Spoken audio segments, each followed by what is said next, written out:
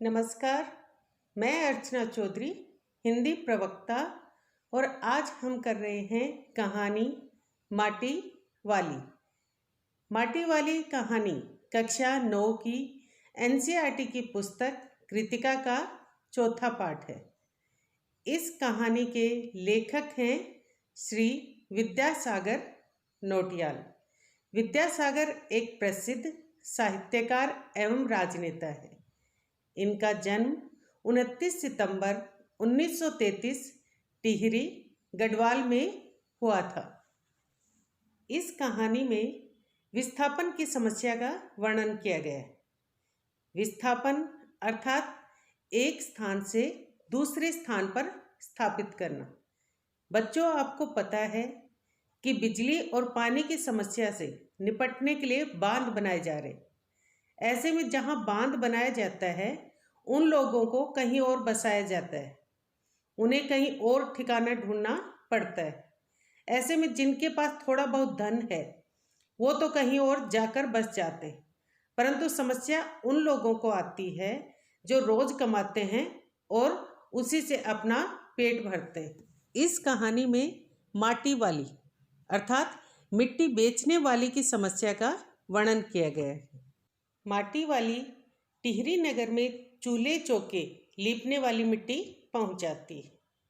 टिहरी नगर में सभी उसको जानते थे और वह भी सबको पहचानती थी।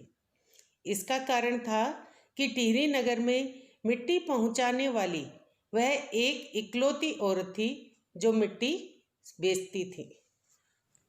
वह लाल रंग की मिट्टी कनस्तर में लाती है और जिसका उपयोग लोग प्रतिदिन चूल्हा लीपने और साल 2 साल में घर को लीपने के लिए करते हैं।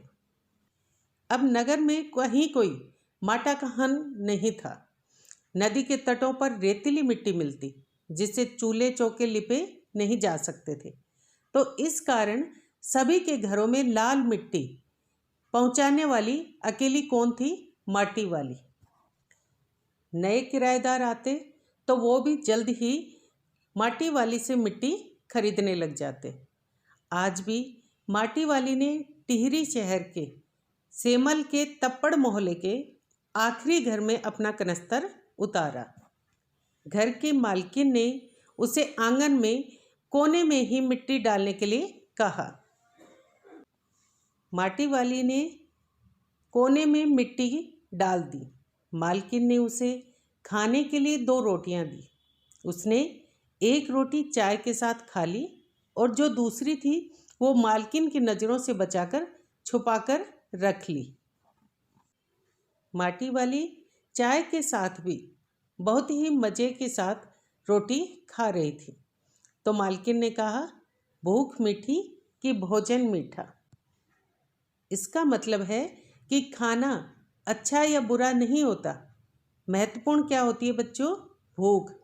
अगर भूख लगी हो तो खाना कैसा भी हो वह अच्छा ही लगता है, परंतु भूख न हो तो खाना कितना भी अच्छा हो हमें अच्छा नहीं लगता। माटी वाली सारे दिन मिट्टी लाने और घर तक पहुंचाने में ही व्यस्त रहती, इसलिए उसके पास अपने भाग्य के बारे में सोचने का भी वक्त नहीं था। इसका मतलब है कि वह उसका भाग्य अच्छा है या बुरा है इस बारे में क्या सोचे, क्योंकि इतना वक्त उसके पास था ही नहीं कि वह यह सोच पाती कि उसका भाग्य बुरा है, क्योंकि वह तो सारे दिन काम में लगी रहती थी। वह माटी लाती, घर घर पहुंचाती और ठाकुर के घर का काम भी स्वयं ही करती। उसके पास जमीन नहीं थी, इसलिए उसकी झोपड़ी ठाकुर की जमीन पर बनी हुई थी और इसी कारण उसे बिना पैसे लिए ठाकुर के घर का काम भी करना पड़ता था।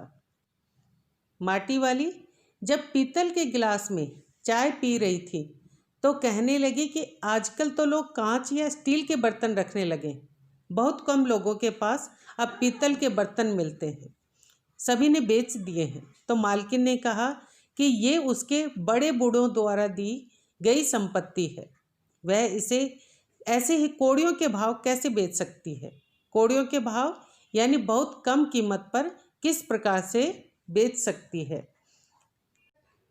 बच्चों, हमें भी अपने पूर्वजों की धन संपत्ति को सुरक्षित रखना चाहिए, परंतु इतना भी मोह नहीं रखना चाहिए कि वे जीवन से बढ़कर हो जाए। अगर कोई वस्तु हमारे जीवन की उन्नति में या विकास में बाधा डालती है तो उसे बेचना ही जरूरी है। मालकिन ने टिहरी बांध के टूटने के बारे में माटी वाली से पूछा तो माटी वाली कहने लगी कि जिनके पास धन दौलत है उन्होंने तो पहले ही अपना प्रबंध कर लिया है, परंतु वह कहाँ जाए उसे कुछ समझ नहीं आता। निराश होकर माटी वाली किसी दूसरे घर चली गई। वहाँ उन्होंने उसे 2 रोटियां दी और साथ ही मिट्टी लाने को कहा। माटी वाली ने ये दोनों रोटियां भी अपने कपड़े में बांध ली। माटी वाली शहर से दूर रहती थी, वहाँ वह पैदल चलकर जाती। उसे अपने घर पहुँचने में 1 घंटा लग जाता। माटी वाली अपने पति से अत्यधिक प्रेम करती थी। वह बीमार था, इसलिए काम नहीं कर सकता था। इसीलिए एक एक रोटी वह बचाकर अपने पति के लिए लाती।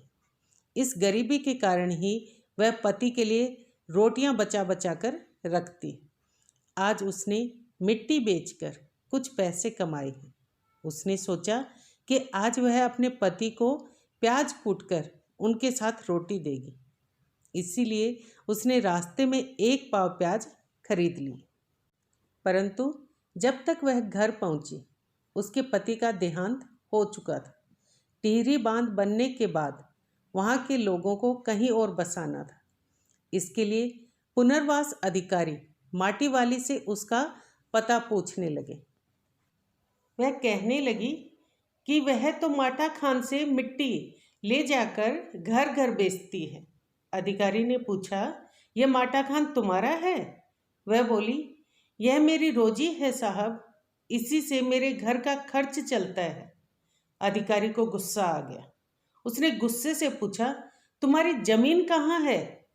अब माटी वाली अधिकारी को अपनी जमीन क्या बताती। उसकी तो झोंपड़ी भी दूसरों की जमीन पर बनी थी, परंतु फिर भी उसने हिम्मत करके पूछा, साहब, इस बांध के बनने के बाद वह क्या खाएगी? अब अधिकारी को गुस्सा आ गया। उसने गुस्से से कहा, वह खुद सोचे, उन्हें इस बारे में कुछ नहीं पता। टिहरी बांध की 2 सुरंगों को बंद कर दिया गया, जिसके कारण सारे शहर में पानी भर गया। लोग घरों को छोड़कर भागने लगे। सारा शहर पानी में डूब गया।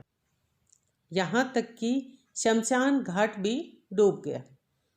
तो वह हर एक से आते जाते कहती, गरीब आदमी का शमशान नहीं उजड़ना चाहिए। वह ऐसा इसलिए कहती कि एक तो बांध टूटने के कारण उसकी झोपड़ी उससे छिन गई और साथ ही शमशान भी पानी में डूब गया। अब न तो उसके पास रहने के लिए जगह थी और न ही पति के अंतिम संस्कार के लिए शमशान घाट की जगह थी। इसलिए वह अत्यंत दुखी थी और उसे समझ नहीं आ रहा था कि वह क्या करे, कहाँ जाए, कुछ उसके समझ में नहीं आ रहा था। तो इसीलिए वह आते जाते से एक ही बात कहती कि गरीब आदमी का शमशान नहीं उजड़ना चाहिए। ये थी कहानी माटी वाली। बच्चों, माटी वाली से हमें विस्थापन की समस्या का पता चलता है। ऐसी परिस्थिति आने पर हमें विस्थापितों को फिर से बसाने में मदद करनी चाहिए और कोशिश करनी चाहिए कि उनकी हर एक समस्या का समाधान हो सके। धन्यवाद।